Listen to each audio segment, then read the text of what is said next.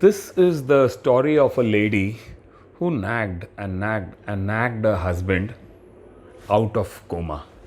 And it happened literally in front of me.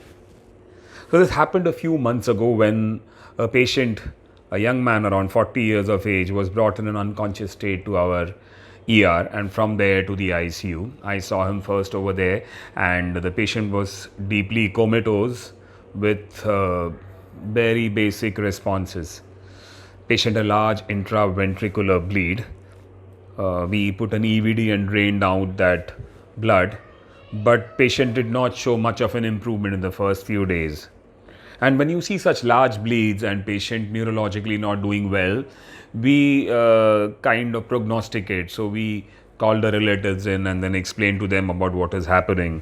So in this case, there was only one person with the patient, that was his wife.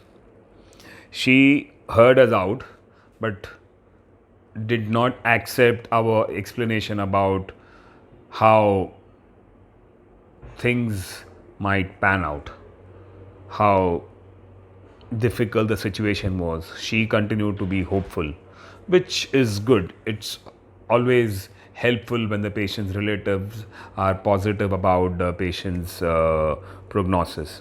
But somehow in this case, looking at her neurologically just didn't match up with her expectations. But then she had every right to be positive.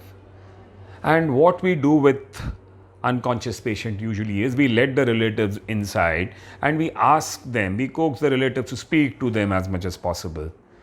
Yes, few of them do come stand over there and speak to their relatives, a few words here or there. So similarly, we told this lady also to do the same.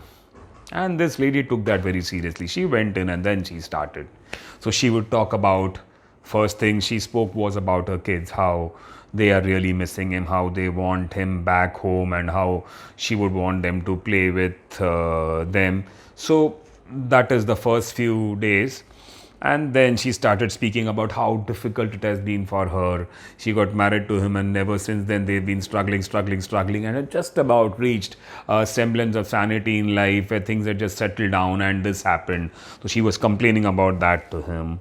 And then again, it went on to the next stage where, like any other dutiful daughter in law, she started complaining about her mother in law to him, about how she's not been helpful through this and how she has tried her patience through their marriage and how difficult it has been for them, and how without him she might not gain acceptance back in the family also. So she gave him every reason for him to come back to consciousness in those days, and she would just do the same thing day in and day out. She was actually nagging him. If he was conscious, he would say, please keep quiet now, I don't want to hear this anymore. But this guy was unconscious, was taking it in maybe. And the care from our end, we just continued our care. The patient continued to be comatose, but then this lady persisted. Gradually, the patient was weaned off the ventilator, tracheostomy was in place. Patient moved from the ICU to the high dependency unit. That is where patient requires more of a nursing care and less of our medical attention. So it's more of nursing care that the patient requires.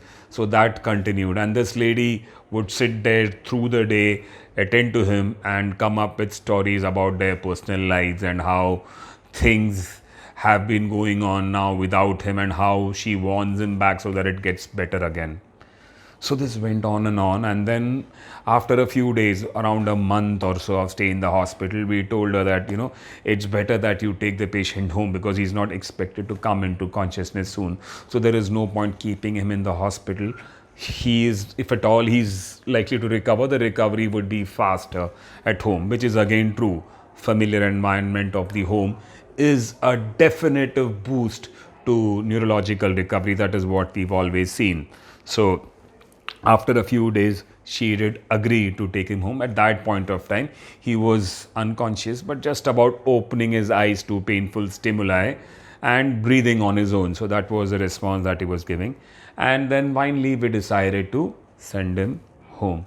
So the patient was taken back home, and this lady continued to look after him. And then around a month or month and a half later, she came back to me with this man sitting on a wheelchair and speaking when he would actually put his hand on the tracheostomy, he was able to verbalize also. So that was a tremendous difference that home care made.